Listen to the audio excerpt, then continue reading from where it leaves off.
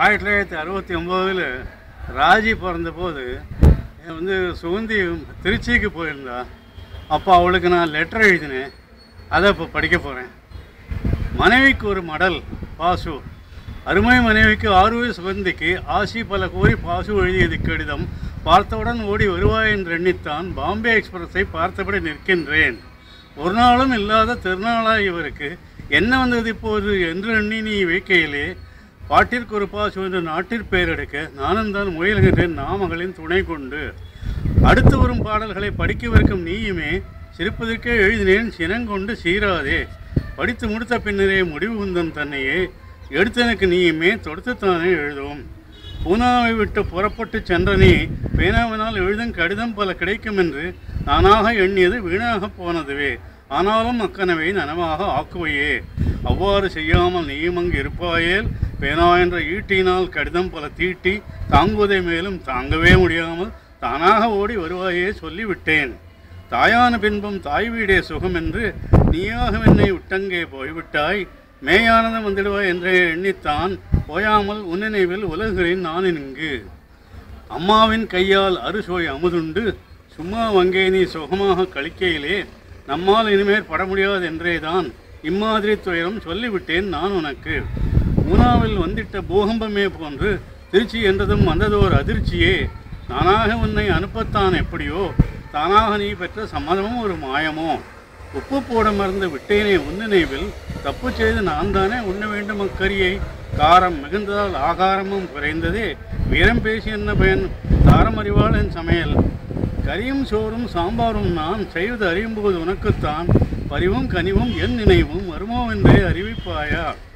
ஜம் என்று அடுத்தாத்த அம்புஜத்தை பார்த்துவிட்டு கம் என்று கடிதம் ஏதும் எழுதாமல் இருந்து விட்டாய். என்ற கோபத்தை காட்டாமல் நான் இருக்க எம்மனை மகிழ்விக்க எழுதுபல கடிதங்கள்.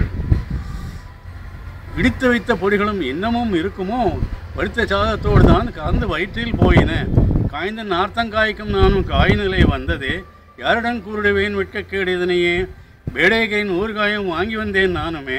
ஆடேனும் அதை தின்னுமோ என ஐயம் எனக்கு வந்ததே. வீடே கதியாய் இருக்கும் நானும் வேறு என்னதான் செய்குவேன். வாடகை தரும் அதனையே வாங்கியிருக்க வேண்டாமே. வீதியில் இருக்கும் ஹோட்டலில் உணவருந்தலாமெனில் பேதியாகும் என்றனைக்கே பீதியந்தான் வந்ததே. ஆதியில் இருந்துமே வயிற்றுக்கோளாறு உள்ளதே. எடுத்துனக்கு நானுமே இயம்பவன் தான் வேண்டுமோ. தூங்கும் உன்னை எழுப்பிய உந்தனது தந்தையே பலாச்சுளைகள் பலவுமே பரிவுடனே தந்துடுவார். எங்கும் எனக்கு யாரெங்கு கொடுப்பார் அதுபோல் சொல் நீயே. வாங்கும் சம்பளத்தால் என்ன பயன் வாய் இனிக்க வேண்டாமோ.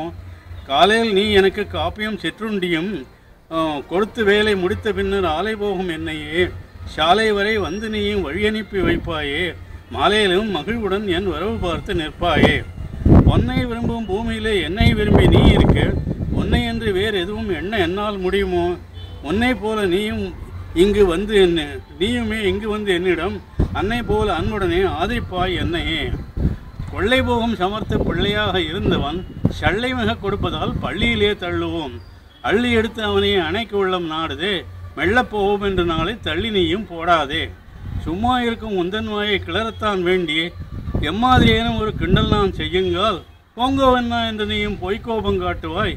எங்கும் அந்த வார்த்தைக்கேனும் ஏறு புகை வண்டியில் நீ. நீதிமன்ற செய்தி ஏதும் காதல் வந்து விழுந்ததோ. நாதி ஏதுமற்ற போதே நீதிமன்றமே அறலாம். வாதி சொன்ன வார்த்தையை பாதி கேட்டு விட்டுமே மீதி பின்பு கேட்போம் என்று வீதியிலே தள்ளுவார். ஆதிகாலம் தொட்டே இந்த ஆயாசந்தரம் வழக்கமே போதித்தேதான் வைத்தாரோ போன வெள்ளைக்காரரும். உங்களூரை விட்டு விட்டு பெங்களூரை போட்டதால் உங்களுக்காகும் செலவையே உயர்த்தி விட்டால் உன் பாட்டியே.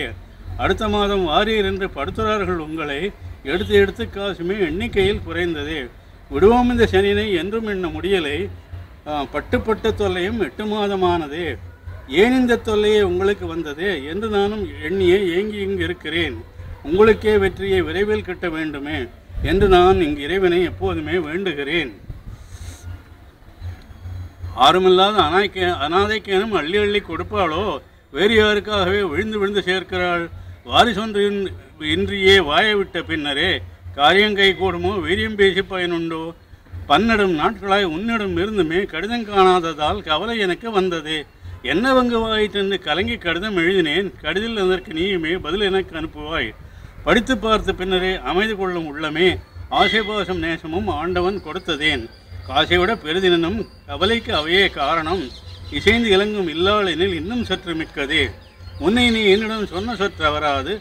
அன்னை மீனாட்சியின் நற்றுணை கொண்டுமே சென்னை சேர்ந்த பின்னை எங்கிருந்து நேராகவே என்னை வேந்தேகுவா என் உள்ளங்குற விற்கவே.